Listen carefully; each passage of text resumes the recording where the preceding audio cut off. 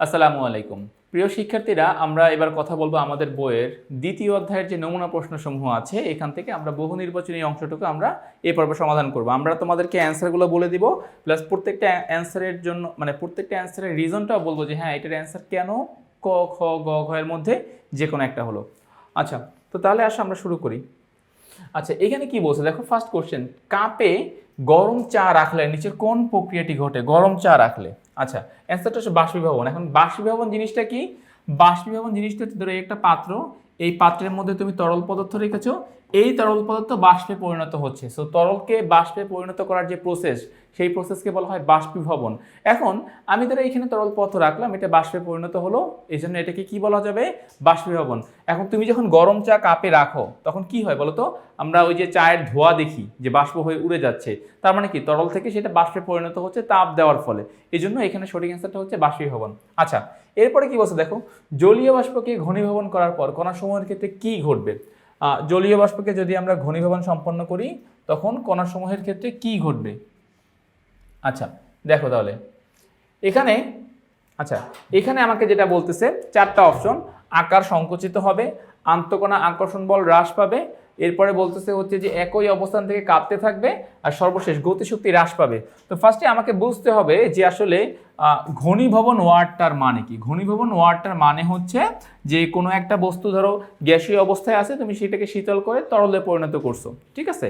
তো বাষ্পীভবনের বিপরীত টার্মই হচ্ছে ঘনীভবন, যে গ্যাসীয় বা বাষ্পভূত থেকে সেটাকে শীতল করে আমি তরলে পরিণত করতেছি। এবারে আসো, যদি আমরা এরকম কাজটা করি যে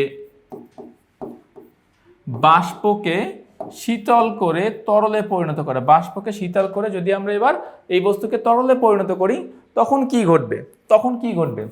আকার কি সংকুচিত হবে? না, পদার্থের আকার কখনো সংকুচিত হয় না। আন্তঃকণা আকর্ষণ বল হ্রাস পাবে? এটাও না। একই অবস্থান থেকে কাঁপতে থাকবে, কম্পন হ্রাস পাবে? এটাও না। দেখো গতি শক্তিটা হ্রাস পাবে। কেন?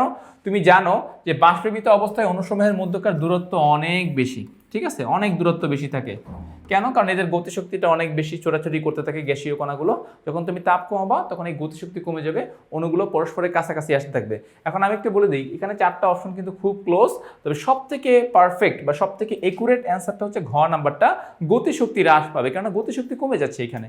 তো গতিশক্তি যদি কমে যায় তাহলে এখান থেকে সঠিক অ্যান্সারটা কি হবে? এখান থেকে সঠিক অ্যান্সারটা হবে ঘ নাম্বার। আচ্ছা, আমরা যাচ্ছি পরবর্তী অংশে, দেখো কি বলতেছে।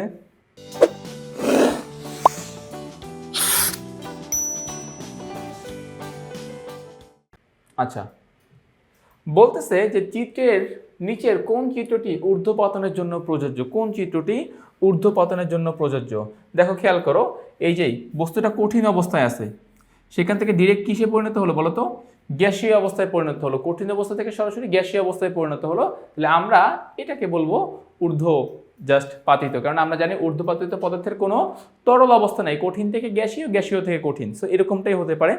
তো এই জন্য আমাদের গ নাম্বার অ্যান্সারটা এখানে অ্যাপ্রোপ্রিয়েট হচ্ছে, শর্তের সাথে মিলছে, এই জন্য গ নাম্বারটা হবে সঠিক অ্যান্সার। আমরা যাচ্ছি এবার 4 নাম্বার প্রশ্নে। দেখো 4 নাম্বার প্রশ্নে কি বলতেছে? 4 নাম্বার প্রশ্নে বলতেছে অজানা কঠিন বস্তু জেড এর তাপীয় বক্ররেখা চিত্র। মানে আমরা অজানা বস্তু জেড এর তাপীয় বক্ররেখা নিয়ে এখন কথা বলতেছি। তো বলতেছে জেড বস্তুটির গলনাঙ্ক 154 ডিগ্রি সেলসিয়াস। জেড বস্তু, এই যে দেখো তো তুমি গ্রাফটাতে, এই যে গলনাঙ্ক আর এটা হচ্ছে স্ফুটনাঙ্ক। তো গলনাঙ্ক কত বিন্দুতে ম্যাচ হচ্ছে? 154তে ম্যাচ হচ্ছে। তার মানে হ্যাঁ, জেড বস্তু গলনাঙ্ক 154 ডিগ্রি সেলসিয়াস, ট্রু। জেড বস্তুটি উদ্দায়ী। জেড বস্তুটি উদ্দায়ী না, বলতো কেন উদ্দায়ী না? কারণ উদ্দায়ী বস্তুর গ্রাফের অংশ থাকে 3টা, এরকম দেখো, উদ্দায়ী বস্তুর গ্রাফ এরকম, কঠিন, কঠিন গ্যাসীয়, শুধু গ্যাসীয়, ঠিক আছে? তার মানে এখানে তো গ্রাফের 3টা অংশ, কিন্তু আমার তো এই জেড বস্তুর গ্রাফের 5টা অংশ। তো এটা উদ্দায়ী না, এটা স্বাভাবিক, কঠিন হবে, তরল হবে, বায়বীয় হবে। আর 3 নাম্বার, এবি ও সিডি রেখা বস্তুটির গলনাঙ্ক স্ফুটনাঙ্ক বোঝায়। দেখো তো এবি রেখাটা কি বোঝাচ্ছে? গলনাঙ্ক। সিডি রেখাটায় কি বোঝাচ্ছে? স্ফুটনাঙ্ক। সো এই যে এবি এবং সিডি রেখা গলনাঙ্ক স্ফুটনাঙ্ক বোঝায়, এটা সত্য। সো 1 ও 3 যেহেতু সঠিক, তার মানে এটা সঠিক অ্যান্সারটা কত হবে? গ নাম্বার। 1 ও 3 যেহেতু সঠিক, তার মানে এটা সঠিক অ্যান্সারটা হবে গ নাম্বার। আচ্ছা, এবারে যাচ্ছি আমরা পরবর্তী প্রশ্নে। বলতেছে কোনটির ব্যাপন হার বেশি? আমরা জানি যে বস্তুর ব্যাপন হার, খেয়াল করো, আমরা জানি ব্যাপন হার বর্গমূলের ব্যস্তানুপাতিক, এরকম ব্যাপন হার বর্গমূলের ব্যস্তানুপাতিক, অর্থাৎ বস্তুর ব্যাপন হার তখনই বেশি হবে যখন তার আণবিক ভরটা কম হবে। আণবিক ভর যার যত কম হবে ওই বস্তুর ব্যাপন হার তত বেশি হবে। এখন এখানে চারটা অপশন, কার্বন ডাইঅক্সাইডের আণবিক ভর কত বলো তো 44, HCl এর আণবিক ভর কত 36.5, আচ্ছা তারপরে অ্যামোনিয়ার আণবিক ভর কত, অ্যামোনিয়ার আণবিক ভর হচ্ছে 17 আর সালফিউরিক অ্যাসিডের আণবিক ভর 98। তাহলে চারটা অপশনের কোনটাতে সবথেকে ভরের মান কম? অ্যান্সারটা হচ্ছে অ্যামোনিয়া। অ্যামোনিয়ার ভরের মানটা সবথেকে কম, তার মানে এখানে সঠিক অ্যান্সার কি হবে? সঠিক অ্যান্সার হবে অ্যামোনিয়া। আচ্ছা এরপরে বলতেছে দেখো কোনটি ঊর্ধ্বপাতিত হয়, মানে কোনটি কঠিন থেকে সরাসরি বায়বীয় বা গ্যাসীয় অবস্থায় রূপান্তরিত হয়, কোনটি ঊর্ধ্বপাতিত হয়?